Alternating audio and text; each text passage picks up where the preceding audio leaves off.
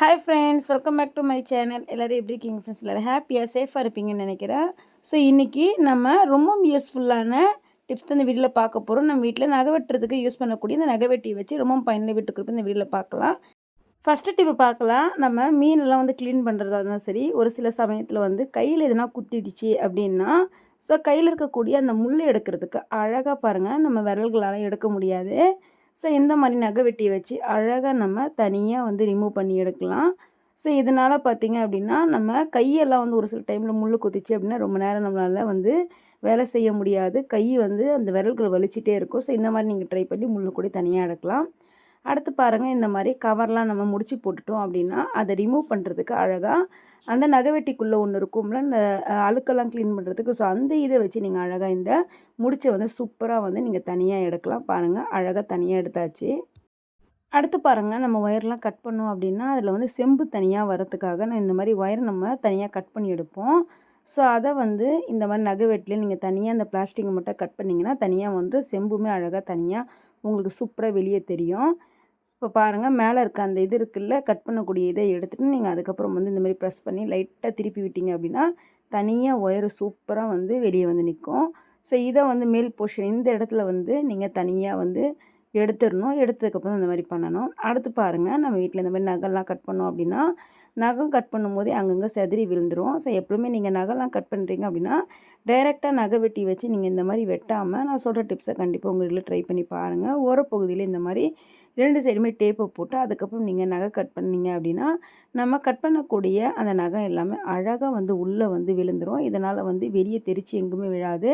So இந்த sello tape வந்து நான் ரிமூவ் பண்ணி காட்டுறேன் பாருங்கள். இந்த செலோ டேப்பில் அழகாக எல்லா நகமுமே இந்த மாதிரி ஒட்டியிருக்கும் பாருங்கள். அழகாக நம்ம டிஸ்போஸ் பண்ணிடலாம். அடுத்து நம்ம வீடுங்களில் இந்த மாதிரி பத்தியெல்லாம் வந்து கொளுத்தி வைக்கிறதுக்கு பத்தி ஸ்டாண்டு இல்லை அப்படின்னா, ஸோ இந்த நகை வெட்டி வச்சு சூப்பராக நம்ம பத்தி ஸ்டாண்ட் ரெடி பண்ணலாம். இப்போ பாருங்கள், நகை வெட்டியை வந்து இந்த வீடியோவில் எப்படி காட்டியிருக்கணும் அதே மாதிரி திருப்பி வச்சுங்க. எப்பொழுதுமே எல்லா நகை வெட்டியோட முனைப்பகுதியிலுமே வந்து இந்த மாதிரி ஒரு சின்ன ஹோல்ஸ் இருக்கும். அந்த ஹோல்ஸில் அழகாக நீங்கள் நிற்க வச்சுக்கலாம். அப்படி இல்லை ஹோல்ஸ் இல்லாத பட்சத்தில் இப்போ இன்னொரு நகை வெட்டியுமே வச்சு உங்களுக்கு காட்டுறேன் பாருங்கள். ஸோ இந்த மாதிரி திருப்பி வச்சுட்டு நீங்கள் இந்த மாதிரி குச்சியை வச்சுட்டிங்கனாவே போதும். அழகாக வந்து நகை வெட்டி சூப்பராக நிற்கும். கண்டிப்பாக ட்ரை பண்ணி பாருங்கள். இந்த டிப்ஸை பிடிச்சிருந்தாலும் மறக்காமல் இந்த வீடியோக்கு ஒரு லைக் கொடுங்க ஃப்ரெண்ட்ஸ். வாங்க அடுத்த டிப் பார்க்கலாம்.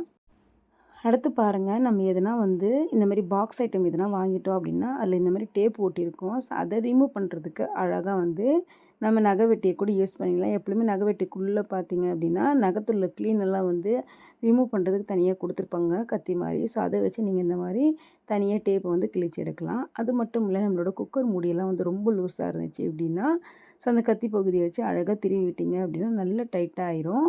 ஸோ லூஸாக இருந்துச்சுனாலும் சரி, பருப்பு எல்லாமே வெளியே பொங்கி வந்துடும். இந்த மாதிரி வைக்கும்போது நல்லா டைட்டாக சூப்பராக வந்து நம்ம குக்கர் மூடி இருக்கும்.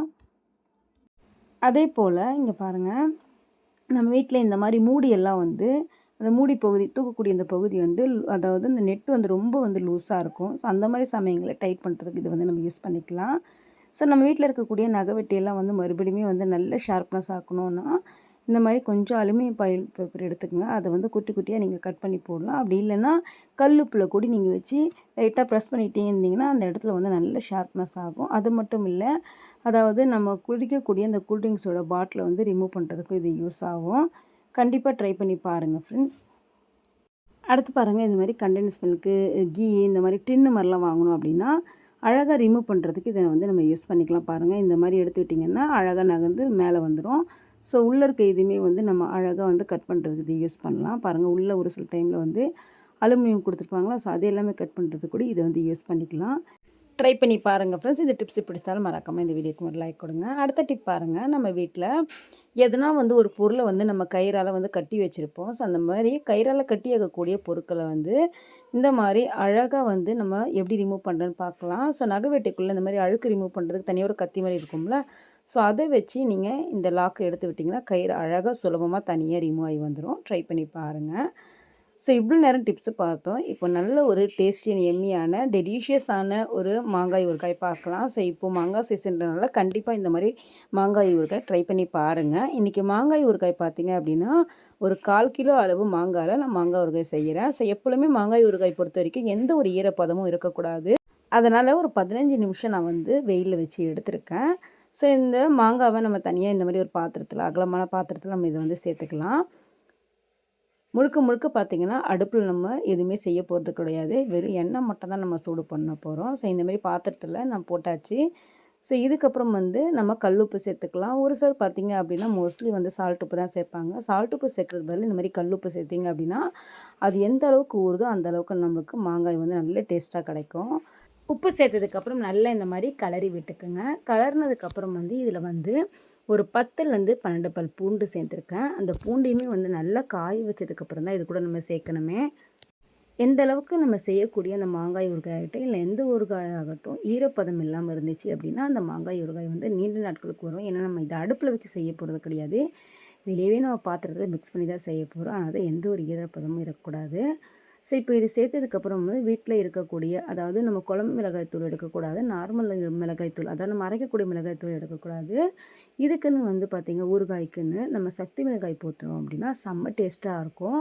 சக்தி மிளகாய்த்தூள் வந்து ஒரு 1½ டேபிள் ஸ்பூன் அளவு சேர்த்துருக்கு. அது நல்ல காரமாக இருக்கனால 250 கிராம் அளவு மாங்காய்க்கு 1½ டேபிள் ஸ்பூன் அளவு சக்தி மிளகாய்த்தூள் சேர்த்துருக்கேன். ஒரு 1/2 டேபிள் ஸ்பூன் அளவு மஞ்சள் தூள் சேர்த்துக்கிறேன்.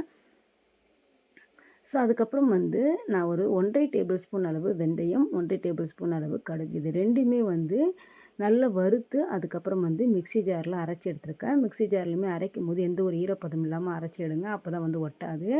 ஸோ பாருங்கள், இந்த மாதிரி நல்லா நம்மளுக்கு சூப்பராக வந்து பவுடர் பேஸ்ட்டு கிடச்சிச்சு. அதை வந்து இந்த மாதிரி நல்லா போட்டுக்கலாம். நம்ம சேர்த்த உப்பு, பூண்டு, அதுக்கப்புறம் மிளகாய்த்தூள், மஞ்சள் தூள், அதுக்கப்புறம் வந்து வெந்தயம், கடுகு, இதெல்லாமே வந்து நல்லா மிக்ஸ் ஆகிற மாதிரி ஒன்றோட ஒன்று நல்லா மிக்ஸ் பண்ணி விட்டுக்குங்க. ஸோ நல்லா இந்த மாதிரி கலந்து கொடுத்துக்குங்க. ஏன்னா டேரெக்டாக எடுத்து ஆயில் சேர்க்குறத விட இந்த மாதிரி நல்லா ஒன்றோட ஒன்று மிக்ஸ் ஆகிற மாதிரி நல்லா இந்த மாதிரி கலந்து கொடுத்துட்டிங்க அப்படின்னா நல்லாயிருக்கும். ஸோ இப்போ பாருங்கள், கலந்ததுக்கப்புறம் வந்து ஒரு 5 நிமிஷம் அப்படியே விட்டுருங்க. அதுக்கப்புறம் வந்து நான் 250 கிராம் அளவு மாங்காய்க்கு 150 கிராம் அளவு நல்லெண்ணெய் எடுத்திருக்கேன். நல்லெண்ணெய் வந்து நம்ம டைரெக்டாக நம்ம சேர்க்கக்கூடாது. அடுப்பில் நல்லா சூடானதுக்கப்புறம் வந்து அந்த சுட சுட எண்ணெயை நம்ம அப்படியே இதில் வந்து சேர்க்க போகிறோம். இப்போ பாருங்கள், நல்லா இந்த மாதிரி மிக்ஸ் பண்ணியாச்சா.